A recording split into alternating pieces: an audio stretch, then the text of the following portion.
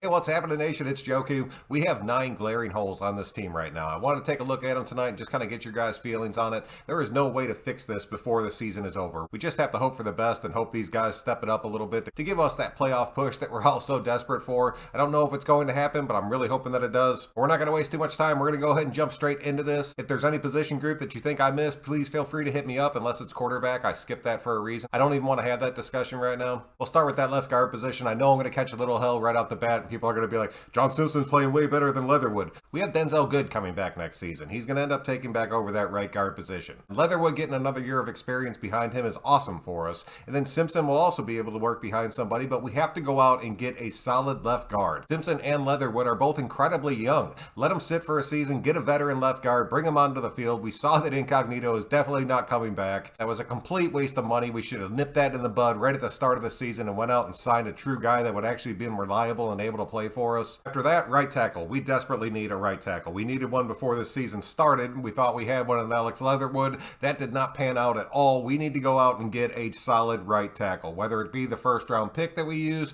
or we go out and sign a veteran guy. I'd much rather get a veteran dude. I'd like to see this offensive line get back into top-notch shape. Because regardless of how much this team sucked over the years, we always had a pretty damn big, pretty damn intense offensive line that you knew you played against by the time that game was over. After that, we need 2 solid wide receivers on this team. I am sorry to be the one to break it to you, but Zay Jones and Bryan Edwards would not be starters on any other team in the NFL. We do have one of the best slot receivers in football in Hunter Renfrow, but you need players on the outside to take pressure off of him, as well as taking pressure off of Darren Waller, and we don't have that. We don't even have anything close to that. And losing Ruggs completely sucked, but in all honesty, Ruggs is a solid number 2. He was not a number 1 wide receiver. It's something that this team has been desperately lacking for years now, and I'm getting completely fed up with it. If we could end up bringing in Adams through the offseason, which I think is a definite possibility, and then signing one more legitimate dude. Not another Deshaun Jackson, not another Zay Jones. I'm talking about another legitimate number 2 wide receiver. It would put this freaking offense over the top. Up next are the running backs. I'm really curious to see how this room ends up shaking out.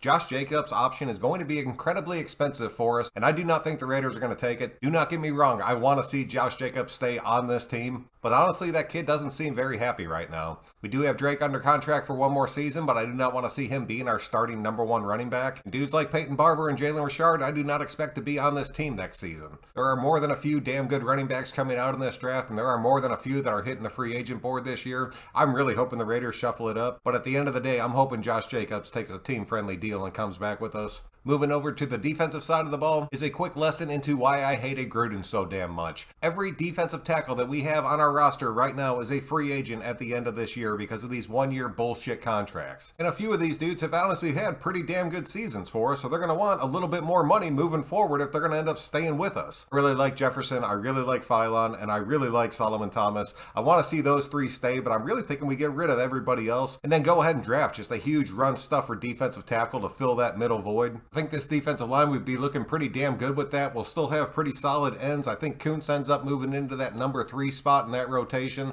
Farrell gets moved to number 4, and then as far as the defensive end goes, you just kind of move on from everybody else. Moving back into that linebacker room, we have Perryman and we have Morrow. We can fill that middle gap just as good as anybody else in the league, but we desperately need 2 solid outside linebackers. I honestly think Divine Diablo is going to end up being one of those moving forward. I think that kid needs a hell of a lot of help in coverage, but we all saw that he can be the thumper that he has to be. I want to see him get more play time through the end of this season, good or bad, just so we can see what we do have with him. Then on the other side, we got KJ Wright. That dude has filled the void for us the best that he could. But we need to get somebody young and fast to fill that opposite side. I would love to see the Raiders draft a linebacker in the first round, but we all know that shit's not going to happen. But I'm really thinking we get like a 5 to 6 year vet to fill that spot. I'm banking on the fact that Littleton ends up sticking around. I know a lot of you guys disagree with me about him, but we got him under contract for 1 more year, and I'm really thinking he's picking up Gus Bradley's system pretty well. Let's have to see how it shakes out moving forward. And finally, we need a cornerback on this team. Brandon Facyson is not that guy. Desmond Trufant has played pretty well, but you can tell that dude has lost a step. I was not happy when he was brought onto this team, and Amik is just too small to play outside corner in the NFL. That just is what it is. Casey Hayward's a free agent at the end of this season. We damn well better sign him again because him and Mullen playing the outside is perfect,